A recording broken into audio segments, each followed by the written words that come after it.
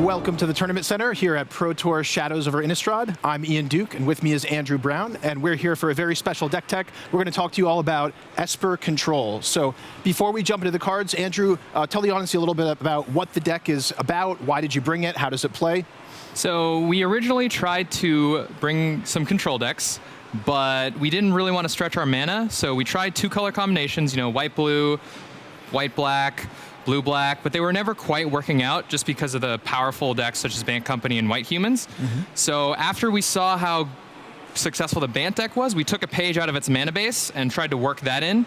And once we were able to use three colors, we could just put in all the best cards into our deck. So our deck is essentially Planeswalkers, removals, Wraths. That's pretty much it. Now, leading up to the tournament, a lot of the Esper Control decks were Esper Dragons, but you're not playing any Dragons today, is that correct? Right. When we tested the Dragons deck, all the excellent white removal was still hitting the Dragons. So instead of Ojutai attacking and getting it stasis snared, you just play a Planeswalker and have all their great white removal like Reflector Mage, Declaration, Stasis Snare just rotting away in their hand. Oh, it makes a lot of sense. All right, well, let's jump into the cards and take a look.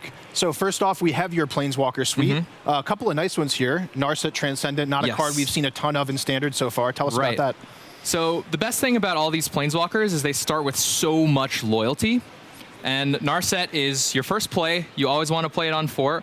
Ticks up, goes to 7, which is such an insurmountable number for some of these decks to beat, like on turn 4. And since over half the deck is a hit for Narset Plus, you end up drawing a lot of cards, and you can just snowball your advantage into Narset, into Jace or Obnixilis, into Sorin, and it can just get out of hand really fast. Yeah, so tell us a little bit more about the next two. These are two new Planeswalkers from Shadows over Innistrad. They're definitely making a splash on the scene, at least Sorin has so far. We haven't seen a lot of Jace so far in Standard. Tell us about these two. So initially we thought Obnixilis would just be completely better than Jace, but it turns out Jace being able to survive after 2 minus activations was very relevant when you were playing against Bant Company or White Humans, because you can Wrath them once, but then they can deploy a bunch of other things. And if you just have Jace bounce and another removal spell, you can kind of still snowball your advantage, because you always want to keep the ball rolling when you have a powerful Planeswalker out. And then last up, we have Obnixilis himself.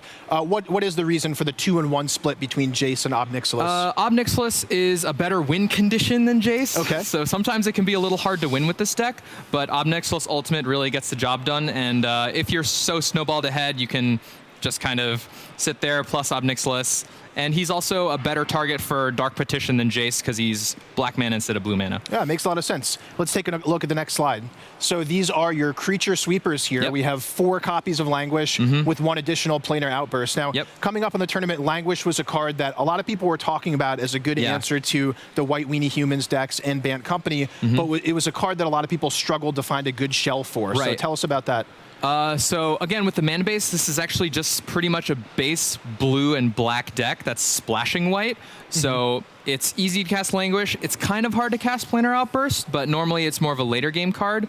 But you're pretty much guaranteed to cast Languish on 4, which just decimates the white deck, and it's pretty good against Bant, but if they're holding up Collected Company mana, it can be a little dicey. Sure. How often do you find the Awaken relevant on Planar Outburst? Is that just like a little bit of icing on the cake occasionally, or not something you really lean on? So you really have a motley crew of ways to win with this deck. You can Awaken Ruinous Path, you can Awaken Planar Outburst, you can Ultimate Obnixilis or Sorin, but normally people just concede when you have infinite things out. Sure, yeah, it totally makes sense. I certainly would. Let's take a look at the next slide. So here's some more removal. This is sort of your single target removal here. Just real quick, run us through the numbers choices. I think these are all cards this is the bread and butter of the deck. It wouldn't function with any of this. 4 price, 4 grasp, just super necessary. You need to kill everything, or you need to kill one thing and then have them overextend into Languish, and then you can get the ball rolling. Ruinous Path is a concession to Gideon, which is very good against this deck. Okay. And that's about it for the removal. How do you find the mana on Grasp of Darkness real quick? Well, normally our mana base is aiming to go tapped land into untapped land into tapped land into untapped land. So we focus a lot on 2 mana removal and 4 mana like big plays like Narset or Languish. Oh, nice. Yeah, that's impressive that you thought about that sequencing there. Next slide. We have, Dark Petition. This is a card we've seen a little bit of this weekend, also in Pantheon's black-green deck. A little surprised to see it here. It's not a card I've seen in Esper Control before. It is fantastic. The best thing to do with Dark Petition is to rebound it with Narset Transcendent, So you get it once, you get your Demonic Tutor, and you get your mana, and you can normally Languish after that, or you can find some other removal spell.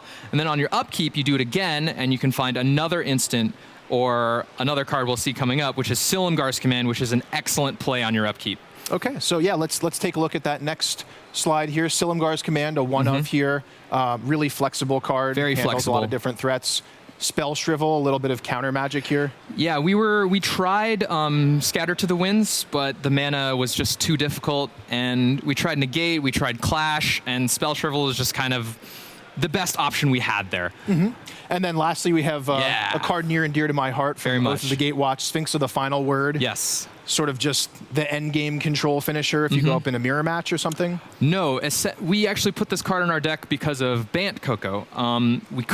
We would be able to control them to where we got to a game state where we had Planeswalkers out, but they have Lumbering Falls, right? We can't deal with a Lumbering Falls. So essentially, you slam down this guy, they can't target it, they can't do anything to it. Can't be Reflector Mage. Can't be Reflector Mage. Right. You just have to watch out to kill their Advocates so their Lumbering Falls isn't 5/5. Okay.